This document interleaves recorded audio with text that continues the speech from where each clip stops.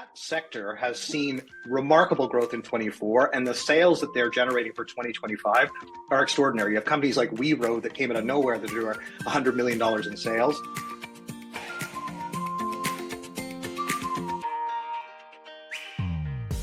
Welcome to the Best Part of Travel podcast, brought to you by Arival, where we take you inside the business of destination experiences. I'm Janelle Visser, and I'm here with Stephen Joyce. Hi. And today, we're kicking off season 2, talking about travel trends. So what's trending with you, Stephen? Well, I mean, not really specifically travel trend related, but colorful socks. Colorful socks, okay. Yeah. And for those of you that know me, I do like my Star Wars socks, right? They're colorful. I generally only wear, colorful Star Wars socks. I wear them when I travel. And do you exclusively wear Star Wars socks? Well, mostly yes, although I'm starting to expand that out a bit because I'm, starting to look at other sock manufacturers because there's so many out there. Like every place that we've gone, right? You and I were in Edinburgh. We went to that store called Socktopus. Do you remember that? Oh yeah, Socktopus. Yeah, or Octo cool. Socks. I can't remember what it was, something like that. But it was just like all socks, and there were so many variety of socks. And I found myself like limiting myself to only Star Wars socks, which means I couldn't find any socks to buy. Why limit yourself? I gotta exactly. Why We're talking limit socks, yourself, right? Treat yourself. Exactly. Exactly. How about you? What type of socks do you like? I feel like I have a pretty wide variety of socks, but if I were to pick one thing that I have multiples of, it would probably be the duck socks. Duck socks, yeah. Yeah. That's on brand for you, given your vast multitude of rubber duckies. Oh no, which I've contributed to. Oh, come on. That is a great collection. That is a travel collection. It is a travel collection. Yeah. And you know what? Like, speaking of travel things, I've learned when you're at conferences like Arival, you can tell a lot about people by their socks, because when people sit up on the stage, you can see if they're wearing cool, colorful socks or boring, not cool socks. Yeah. It's interesting. I do sometimes judge people by their socks, I will confess. Okay, well, there you go. So future speakers at Arival, be warned, wear colorful socks. Janelle is going to be judging you. So anyways, we also hope what's trending soon is this podcast, right? Because we're back from season 2 with a new name. Yes, so exciting. The Best Part of Travel. And yeah, last season we were doing voice of experiences, but we decided to switch it up. So let's talk a little bit about that. Yeah, I love the new name. I think it's totally on brand for Arival and for the sector, right? Tours, activities, and attractions are the best part of travel. We say that all the time. Yeah. Douglas gets up on stage and says it, and it makes sense. And I think when we talk to people on the show, we're talking about the best part of travel. Yeah, and talking to people who are behind the best part of travel, behind the businesses that make the best part of travel happen. And the conversations are always super interesting. And so, fun. Yeah. Yes. That's right. It's the fun part of travel. It's the fun part. Exactly. Yeah. So what's your best part of travel? What's my best part of travel? Yeah. Well, food. I absolutely love food. So for me, it's experiences that involve an element of culture, an element of adventure, and an element of food, I think, are probably the best kind of combination for me. I love that. I do love food, and I love tasting all of the things, and I love snacks. But I think for me, the big draw is adventures. So any kind of like outdoor adventure, get me out, sea kayaking on ice or climbing a mountain or whatever. And as long as there's snacks, I will be happy. Yeah. Cool. So when we talk about travel trends, it's not just about what's new and what's hot, but also what's having the biggest impact on operators of tours, activities, and attractions. So let's jump into that conversation with Dan. But first, a quick word about our season 2 sponsor, Protect Group. Protect Group offers a service called Refund Protection. The way it works is that an operator offers Refund Protect at the time of checkout for an extra fee. If the guest can't go because of some unforeseen circumstance, they request a refund through Refund Protect and they get 100% of their money back. The best part is the operator keeps 100% of their revenue and they make a little extra. So To find out more, go to protect.group. So for the first episode of the second season, I love that we're starting with a fellow Canadian as our guest, Dan Christian, who is also the host of the Travel Trends podcast. And he had us as his guests on Travel Trends back in the fall, and we recorded at an Arival event. So it just seems really like a full circle thing to be having him on the first episode of our new season. Yeah, Dan's a great guy and super knowledgeable. His podcast, so much fun. If you are not aware of it, definitely go and find it. It's excellent. And it's just nice to be able to do things together. Dan has been at several of our events as a keynote speaker. Which, by the way, if those of you that don't know, Arival does annual events in Europe and in the US. And these are big events for the tours, activities, and attraction space. Sometimes Asia. We went to sometimes Thailand. Asia. Yeah. That was an amazing event in Bangkok. And Douglas Quimby, who I mentioned earlier, is the co-founder and CEO of Arival, and has been doing research and producing events for the space for a very, very long time. And is considered probably one of the OG thought leaders in the space. Yeah, alongside his co-founder, Bruce, who I think would be sad if we didn't mention him. Oh, he yeah, runs the Experience This show. So there's a lot of shows going on. A lot of different podcasts, yeah. But getting back to Dan, because we're here to talk with Dan, we thought it would be really cool to kick off this season with a talk about the travel trends, specifically in the experiences space. And so we got Dan on talking about that and talking about a few of the different things we're seeing and how they're impacting the sector this year in 2025. Should we give hints? Should we give spoilers? No. No spoilers. No spoilers. You have to keep listening. If you have to want, keep listening to you find have to out. Listen to the show. Come on. We're gonna go through the top 5. We're gonna go through the top 5 trends or themes that are having a big impact on tours, activities, and attractions in 2025. So yeah.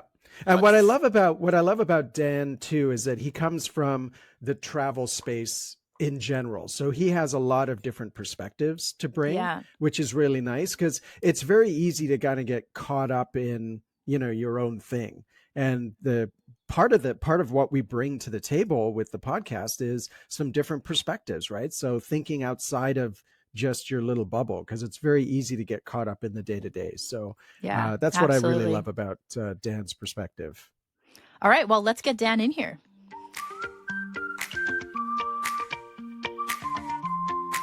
What stands out to you from the impacts from what travelers want in 2025?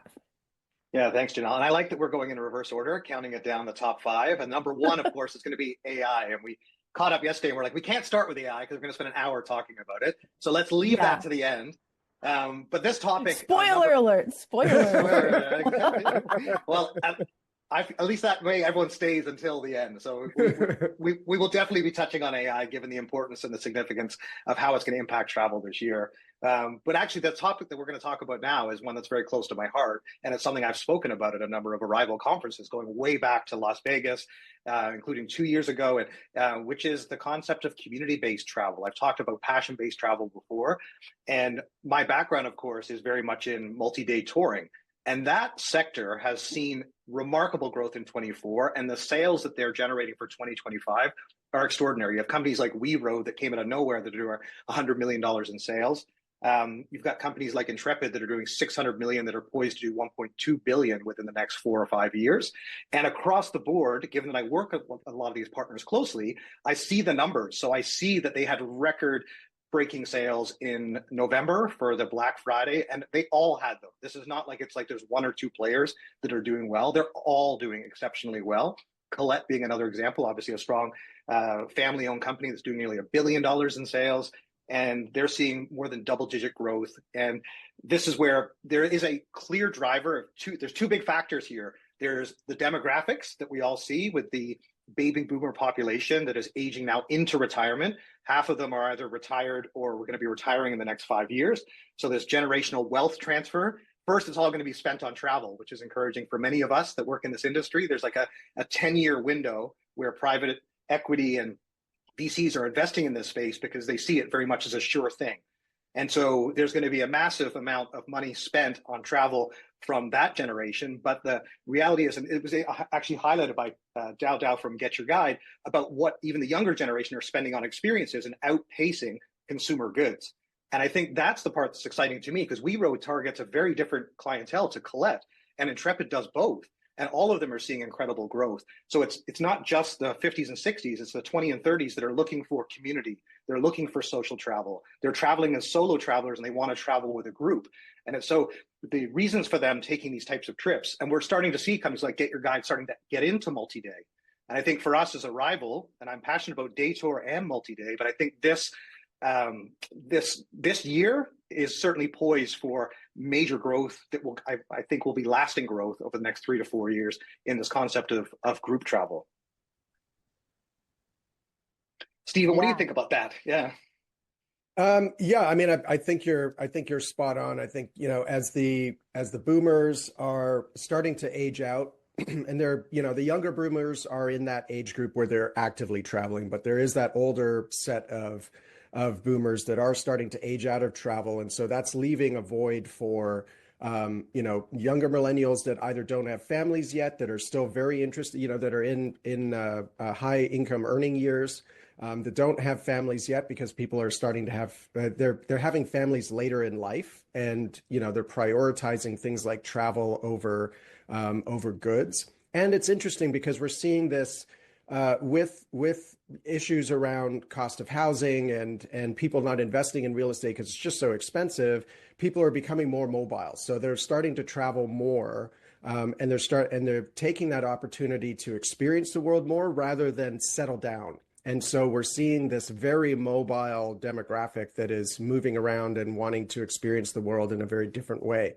And that's really seems to only be accelerating, even with Gen Z as well. So that, and there is this coming out of COVID, which was, really sort of pushed the whole loneliness epidemic. I think there is very much this desire to want to connect with people when you travel and be around people when you travel, and be around like-minded people, around community. So that's what I think that's what we're really starting to see with the younger generation, which is different than the reasons why older demographics are traveling in that same way, which kind of ties in nicely with the next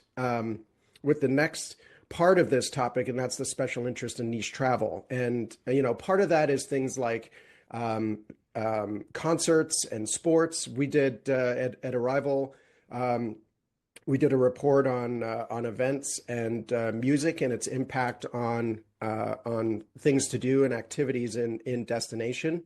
And we found that those types of activities, events like fans around sports teams and around popular bands, are driving a lot of travel. And because of things like ticket pricing in North America, North Americans are going to Europe in order to see these teams and these artists, because it's a lot more affordable to do it in Europe and in other destinations than it is in North America. So we're seeing that kind of shift as well, which is really interesting. Like, people are not afraid to just get on a plane and go see Taylor Swift in Barcelona because it's cheaper than for them to go and see Taylor Swift in New York or LA. Yeah, for sure. The Taylor Swift effect is huge. And, Vancouver has seen that kind of at the tail end as well. And another thing that stood out is talking about the tech fatigue side of things, and how, the younger generation, while yes, they are, tech native, they also are getting a little bit tired of tech being everywhere. And all of us are like, on the one hand, AI is starting to run everything. And on the other hand, we're a little bit tired of all of the tech everywhere. And so there's this sense of moving towards like a human-centered approach to travel, and this sense of wanting to connect with people while you travel. And just how much how much people are seeking that type of experience when they travel. And so a little bit different from real life. The next one that we're going to get into is number 4, and this is over tourism and some of the impacts that over tourism is starting to have on actual operators and their businesses and how they're trying to grow their businesses, or some of the challenges that are impacting growth as over tourism becomes a larger factor. So let's jump into this one. Stephen, we'll start with you because we talked a little bit about this and some of the direct impacts on operators in a session that you led in, I believe it was San Diego, Berlin. Arival San Diego, Arival Berlin. Okay. Yeah. So do you want to share some of your thoughts on this? Yeah, it's we saw this last summer. We saw it the summer before, which is why we talked about it so much in at Berlin last year, because we really started to see this in the summer of 2023. Just the over tourism in key destinations, right? And the focus, everybody wants to travel, and everybody wants to travel to the really popular places, like the bucket list places, right? They want to go see the Colosseum, they want to go see the Louvre, they want to go see the Eiffel Tower, they want to go see the Tower of London. All of these places, super popular. They're on the, everybody recommends them as like the places you got to go. And it's also where the OTAs are driving people. So they're driving people to these key destinations. And what it's doing is it's making it very hard for small operators to buy tickets for those places, first of all, because they're in such high demand. And it's opening up a lot of bad behavior in terms of the, how those tickets are distributed and how they're purchased by operators or larger resellers. And it is resulting in a bad customer experience for the travelers, because they're going to this place and they're surrounded by hundreds of thousands of people, and they're not really getting to experience the place the way that they thought they would or expected that they would as a traveler.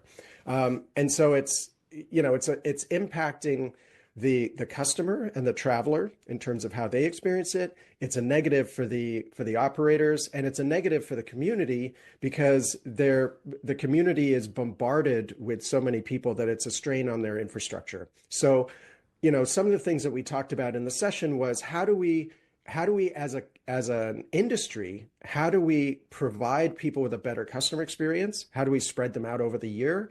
How do we drive them to secondary destinations in order to get them out of those key areas and into areas maybe that they hadn't thought about before, where they can have a great experience, a great travel experience, and still see the destination, but in a different way?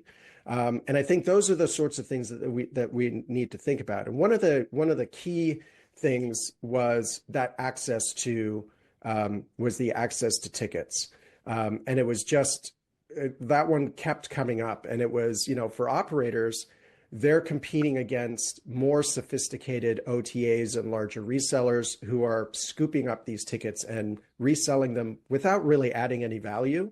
That was one of the main sort of complaints, and it's making it very hard for them to be able to bring customers to those destinations and to those specific locations. So I think destination shift is a really important thing. And I think, Dan, you've got some very good thoughts on that part. Why don't you talk about that? Sure. I mean, I find it fascinating the last 2 years. Clearly, we started the Travel Trends podcast to highlight how traveler behavior was changing post-pandemic. And the first thing that we all saw is everyone rushed back to the destinations that were on their bucket list. We had that concept of revenge travel, which I never liked the term of, but people nevertheless, they rushed to go to those places they couldn't get to before or during lockdown. So Italy was a perfect example. But what happened in Italy? It was overheated and overcrowded. And the people that went there didn't have the time that they expected to. So what happened this past year is people started going to places like Japan and Scandinavia. There was this concept of coolcations. All of a sudden, you had not just overcrowding, you always have climate change. You have severe weather events that are affecting destinations. And so one of the main reasons that I saw that people embraced Japan was because it finally became affordable. And so travelers are savvy. All of you on this call know that travelers, that something happens and there's a shift, there's a reason that it's occurring. And people realized that the yen was devalued against the US dollar. And next thing you know, accommodation, everything you can do in Japan. And so what happened to Japan this past year? Record numbers. And all of a sudden, Japan became overcrowded. I had friends that were there over the holidays. I love Japan, and I've been there myself, and I obviously want people to go there. But all of a sudden, it's now having those same impacts. And I think what we're seeing now for 2025 is that people are looking to this concept of destination dupes, if you've heard that term, where you have destinations that kind of sub in as a wonderful alternative. A great example in Europe, because Croatia is one of those places that is full of Americans and everything's expensive. And where are the Europeans going? Albania. And you look at the pictures and people are coming back from Albania, it is beautiful and it is incredibly affordable. And again, that's where the next wave of travelers are exploring this destination shift. And the one that I'm paying particular attention to is Colombia. Now, I happen to sit on the board of a tourism operator there called Impulse Travel. So I actually went there for the first time. That's the reason I mentioned it. And I had my hesitations of going to Colombia before. But what did I discover? It's safe. The infrastructure is in place. The people are lovely. The food is incredible. There's such great diversity in the country at Bogota, Medellin, Cartagena. And my big takeaway from that was that this is the year to go to Colombia, because you see a destination that is turning, and it's incredibly affordable. And so for many reasons, all of a sudden, a new destination, and I've been seeing more and more people put Colombia on their top 5 list for all the reasons that the travelers I saw that were there have figured something out. This is the time to go to that destination, because it's kind of a sweet spot to be able to experience it before it is overcrowded, which I think it'll be totally different 5 years from now. Yeah, absolutely. And I even went on a coolcation this year. So I definitely get it and see that this shift, and for operators, what does that mean? Maybe you're thinking about expanding to new regions, or maybe someone's thinking about starting something new in a new region. So there's a lot of opportunities that get opened up when travelers start moving out to new places. So that is exciting. And one of the other ones, which came up in the Viator year in review, where they're sharing about their booking data, is that in the US, one of the fastest growing destinations for experiences is Maryland. And that's, right next to Washington, D.C. And so that's where people are going now. And they want to try something new and try something different in the US. And it also, shameless plug, happens to be that where we're going to be for Arrival DC this year is just on the edge of Washington, DC and Maryland. So Arrival's 2025 US event is right in the center of everything. Yeah, that's awesome. Let's move on to the next topic, because we want to jump in and talk a little bit about OTAs, and we'd be remiss to get through, travel trends and changes in the industry without talking a little bit about online travel agencies. So they've been growing over the last few years, and Arrival's data shows, and the results that we have from the global operator landscape study of the past year shows that among 7,000 plus operators that answered the survey, their bookings are on the rise for OTAs every year by percentage. So the percentage of bookings that OTAs are taking is getting larger every year. And so OTAs are accelerating, and there's more that are also entering the fray, so to speak. And, the reason being, everyone's talking about experiences. Everyone's talking about us, you guys, and we're the cool kids now, and everyone wants a piece of that. And so this year we'll probably see more traction on the OTA front. And we've got, for example, Civitatis. That's a Spanish-speaking OTA, or that caters to people who want to have tours in their own language. They have announced, they're raising money and they are trying to expand into more markets. And so that's just one example. There's many OTAs that are growing and expanding and coming into the experiences space more strongly. Any thoughts on that, Stephen or Dan?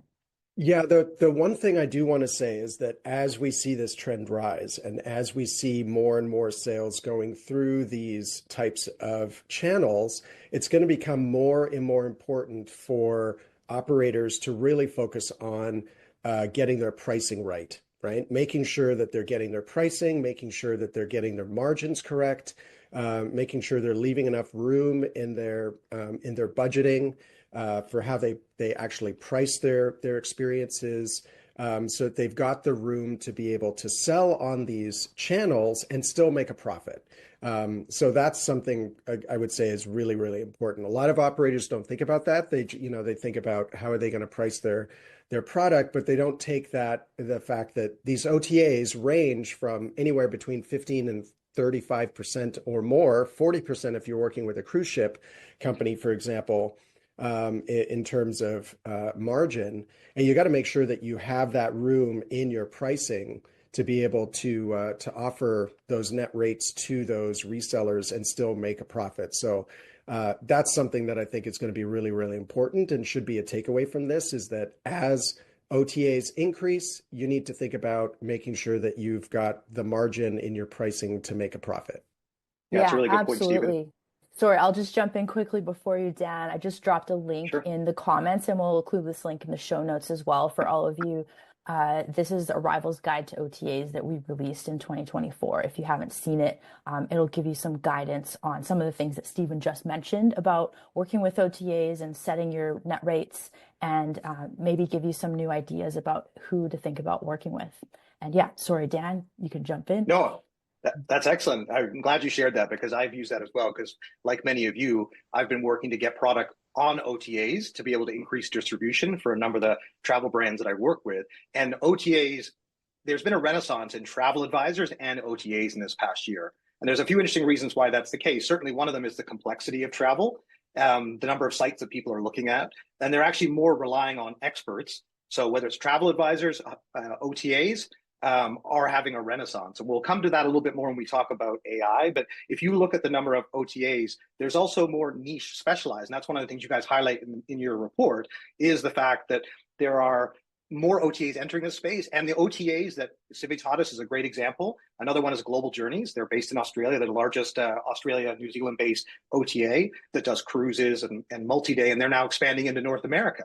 And so you're starting to see companies going global. And so all of a sudden, those companies that were actually regional are now expanding to multi-markets. So Civitatis is one example of that, but there are many more. So I think for everyone to up their game this year, there are going to be many more opportunities to work with OTAs. And it still is the case. They drive a huge volume of traffic. They have a highly targeted audience. And so I know you guys work closely, of course, with Viator, Klook, and Get Your Guide that give you that global coverage. And I see all of them expanding their product portfolios. And obviously, the next thing we're going to talk about is how they're starting to leverage social media to be able to sell all that product. So those two fit really, really well together.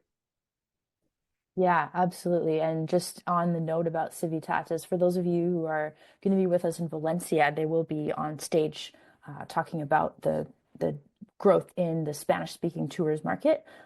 So shameless plug for Valencia. So let's jump into talking about social, because that is number 2, and this is a big one. This is the shift towards, traveler discovery is showing that, our consumer research about traveler discovery, is showing that more and more travelers are using social media as their in to discovering things about travel versus going to Google or going to, some of the more traditional methods. And there are even some, especially younger travelers, that are primarily relying on social video, such as TikTok.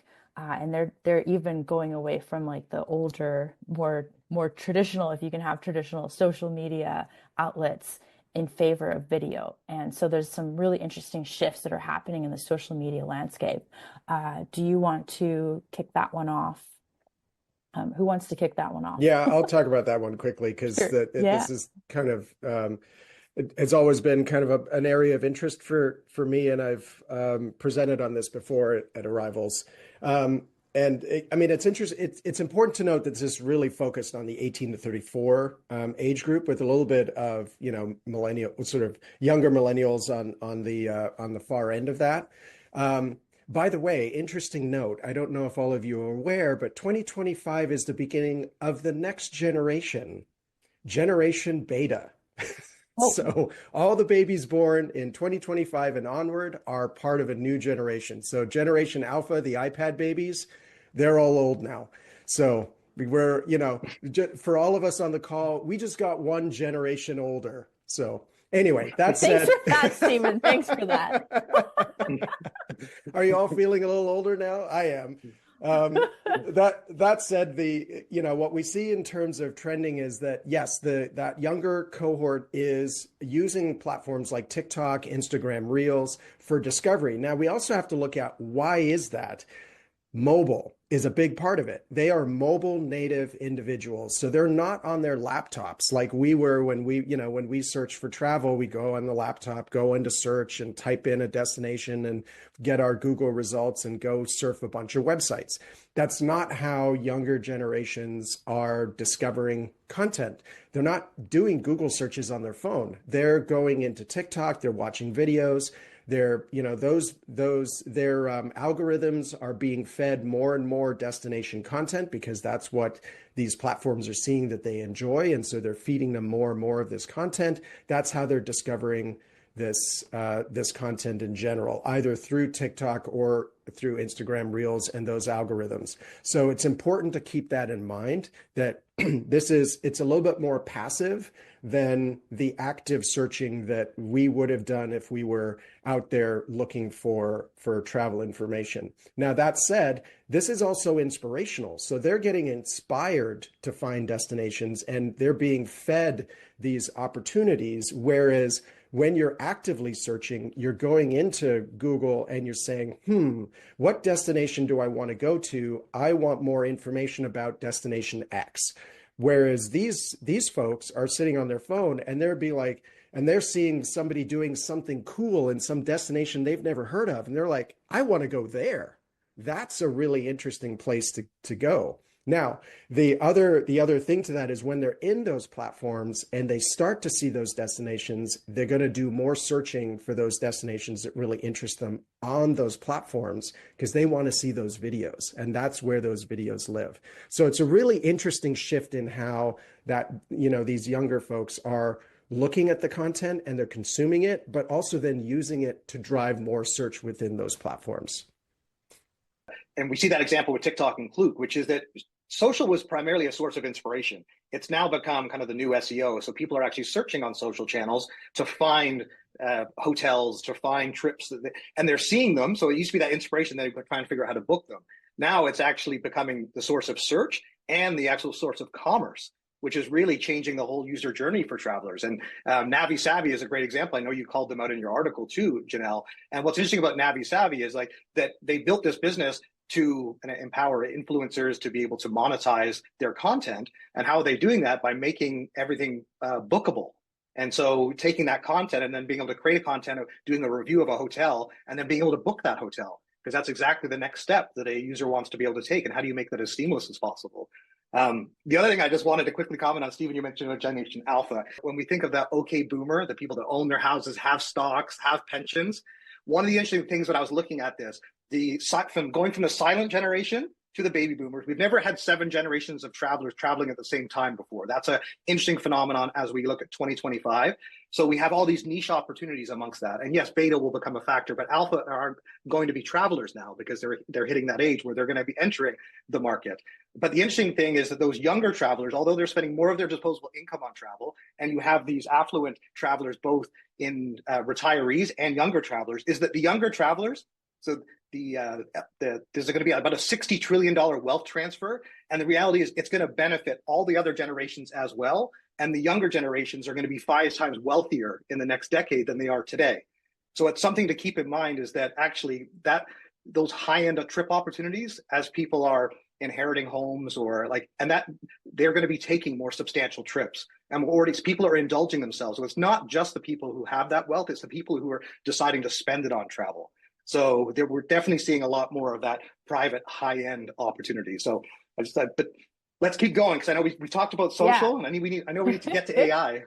We'll keep going. We'll get there. I'm just going to say one more thing on this before we get there, which is that on the subject of feeling a little bit old, the people in Gen Z, the people who are going to TikTok, into the new social media, they're from like, the rest of us are from before Google, and which I didn't think was a thing to think about until someone mentioned that they were older than Google. And I was like, I guess anyone born like pre 1999 is older than Google. And so for Gen Z and beyond, Google is the search engine of their forefathers, and they're doing something new now. And so basically, we've got to get on board with that, because Arrival research too is showing that the younger consumers, they're increasingly bypassing Google and other search engines entirely in favor of social media. And so it's not that they're going to TikTok and then Google. No, they're just doing everything on TikTok. And so, if we want them to be booking up our things that we're offering, we need to be where they are, basically. Yeah. And now we will... back in the day has a whole different meaning for these younger generations. That's like 2 years ago. For us, it's like 25 years ago. For them, it's like 2 years. And so enter AI. We might feel a little bit old because we're older than Google, but AI is way younger than us and knows way more than us. So let's talk a little bit about AI and some of the impacts that's having on travel, and specifically on, travel experiences and tour operators. So who wants to kick that off? Dan, maybe I'll hand it over to you. Sure. And if we think back, it was almost a year ago that many of us, including Alex, who's on the call, Bruce did a presentation on our Travel AI Summit. And the topics we were talking about then are very much the elements in the article that you published, where we were focusing on customer service, we're focused on marketing. The thing that's truly shocking about the report is that it's less than 15% of the people within the Arival community are leveraging AI. So let's just acknowledge that for a moment, and then look at the reality of how it's going to truly impact the business use. We were just talking about the consumer journey, and this is exactly where we're going to see the impact this year. It started, meaning that people were using it for itineraries. We had all these itinerary planners coming out. The reality are that the people are overwhelmingly using AI now, both for trip planning and for discovery. So both of those are going to be impacted. And when we think about being discoverable, we were all trying to optimize towards SEO. And some of the big questions that are being asked this year, Steve Hafner being one of them, who's going to be a guest on our show, who is a MetaSearch guy, he thinks that industry is going to be completely upended, OTAs, by virtue of SEO being impacted by Search GPT. I know a number of people, maybe even people on this call, have switched over their default browser. And there's pros and cons to that. It's almost literally like going to Google and hitting the I'm feeling lucky button, getting one result. But the reality is that people are going to get more and more comfortable with relying on AI for planning and booking. And once that actually happens, all of a sudden, what's the role of searching and then going to OTAs to book? And I think that's going to be an interesting question that's going to come up this year. And obviously, there's going to be some interesting debates around that. But I think everyone here on this call has certainly tried to find their brand on the large language models to try and figure out if they've been indexed. And I think that's something that has to be top of mind for everyone. Not only the really cool features like Imagine Experiences, what Alex works on with Anna, and creating these cool AI characters and being able to have these really interesting ways of being able to introduce tour experiences, which you guys have seen at the last 2 Arival conferences. That is exciting as well. But I think what we all need to be prepared for is that all of our brands need to be discoverable through the AI tools that consumers are going to be using more and more this year. If you just go to chat.com, there's an interesting story about how that whole domain came about, but with ChatGPT ultimately acquiring that. But it's easier than ever to get access to these AI tools. And because there's multiple LLMs, most people are trying to figure out how they could use it for planning purposes. The number of people I speak to that outside of our industry that are just travelers that ask me the question, I was going to Hawaii, I put an itinerary together. What do you think about that? They're using these tools, and we're seeing that. So there's a big shift happening for itinerary and discovery. And I definitely want to encourage everyone to make sure that you are figuring out the best way to make sure your brands are discoverable using AI, because as you know, these are learning models, and so you need to make sure your content is accessible and is getting indexed, much the way that we used to be familiar with that with SEO. And so this is one you want to get ahead of the curve on, and not all of a sudden be wondering later why your business dropped 50% because all of a sudden you lost all of this SEO activity because Google just doesn't have that business to send you anymore. So that's the alarm bell I'm ringing at the beginning of 2025 for everyone to just to take notice and not get left behind. because I'm certainly seeing that big shift. And I think over the course of the year, we're going to see more and more research and articles. Mindtrip is a really good example. Mindtrip is one of those companies. They started out as B2C. They've now so they've expanded to B2B. And I think their whole solution, and they were at our last Arival conference. They actually, they've connected to our community. They're now working with DMOs. They're likely want to work with many of you as well, because they're going to want to make sure that these itineraries can become bookable. And I think, and Mindtrip was oversubscribed with investors. Amex has just recently invested in them. And Amex sees the credit card information. And so it's fascinating to see these companies, like 2025 will be the year that these AI companies really take off. A lot of the hype and stuff is fading away now, and you're seeing real, measurable, meaningful results coming from companies that are truly embracing AI successfully. I don't know, Stephen, if you want to add to that. Yeah, I've got a couple of things. So I'm going to be a bit of a contrarian. And in the data, it said 12% of operators are actively using AI. I guess my point to that is that it's probably actually a much larger percentage that are using AI, but there's probably a large percentage that don't know that they're using AI because they're using off-the-shelf tools that have since integrated AI into their platforms themselves. So if you're using Xero, for example, if you're using any CRM product now, if you're using any marketing automation product now, if you're using Canva even to do, to build ads or, create social posts or anything like that, all of those tools now use AI in some form to assist in that creative process or to simplify processes on those platforms themselves. So a lot of those things are already using AI, which means you're by default, if you're using those products in your business, you're using AI as well.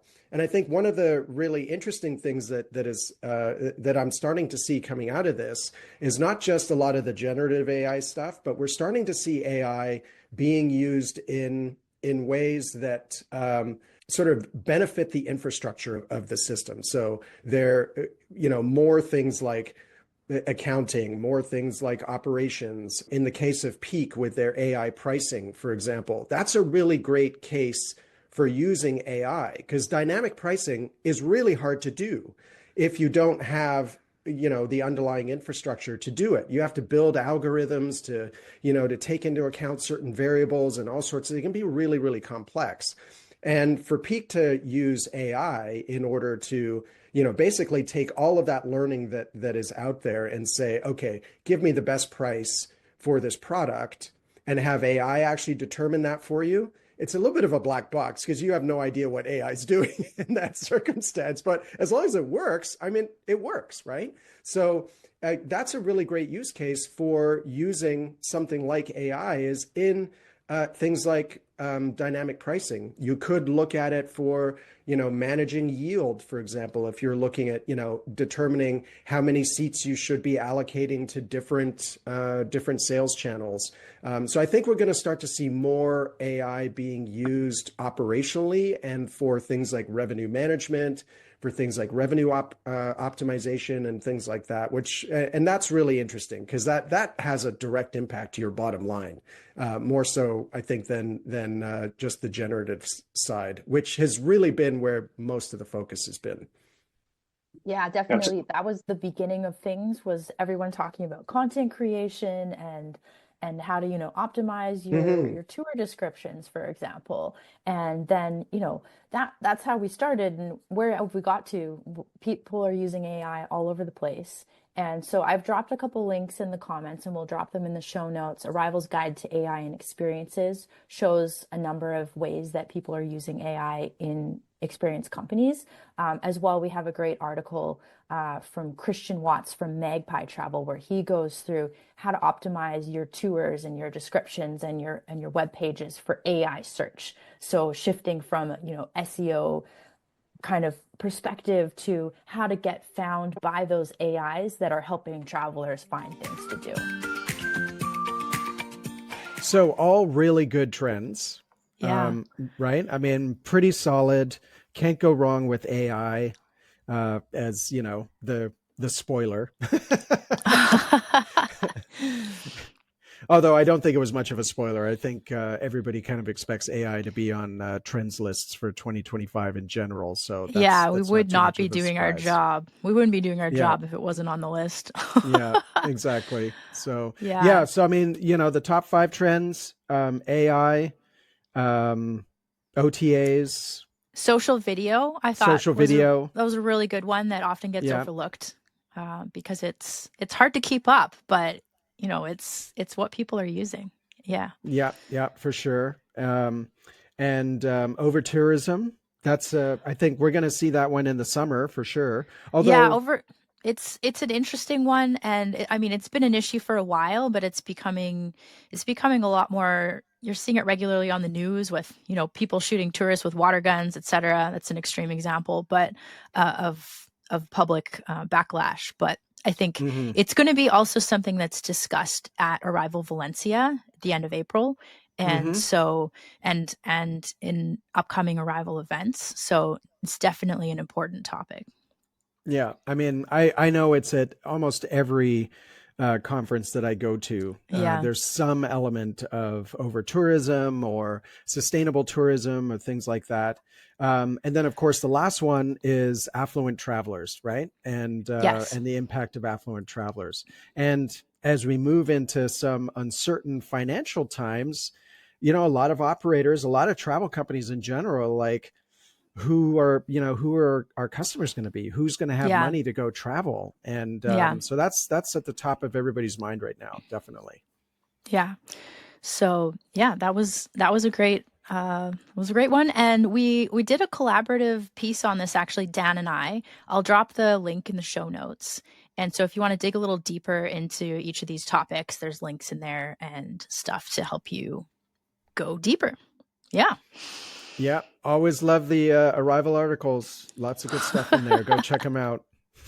So let's talk about the next episode, because I'm super excited about the next episode. Yeah, well, that's because it was all you. Well, no, that's not why. The reason why I'm excited about it is because the next episode, we're going to be sharing some interviews that were done, yes, by only me. I'm sorry, Stephen. Live on location in Australia. Yeah. Sorry, yes. I couldn't be there. In Australia. So I'm pretty excited to share that with everyone, and not to give away too much, but we're going to be talking with some people who are doing really interesting things in the attraction space in Australia. Well, thanks for listening, everyone. We really appreciate it. If you enjoyed the episode, please follow, and remember to check out Arival.Travel for all of your tours, activities, and attractions, resources, and event information. And we'll see you next time on another episode of The Best Part of Travel.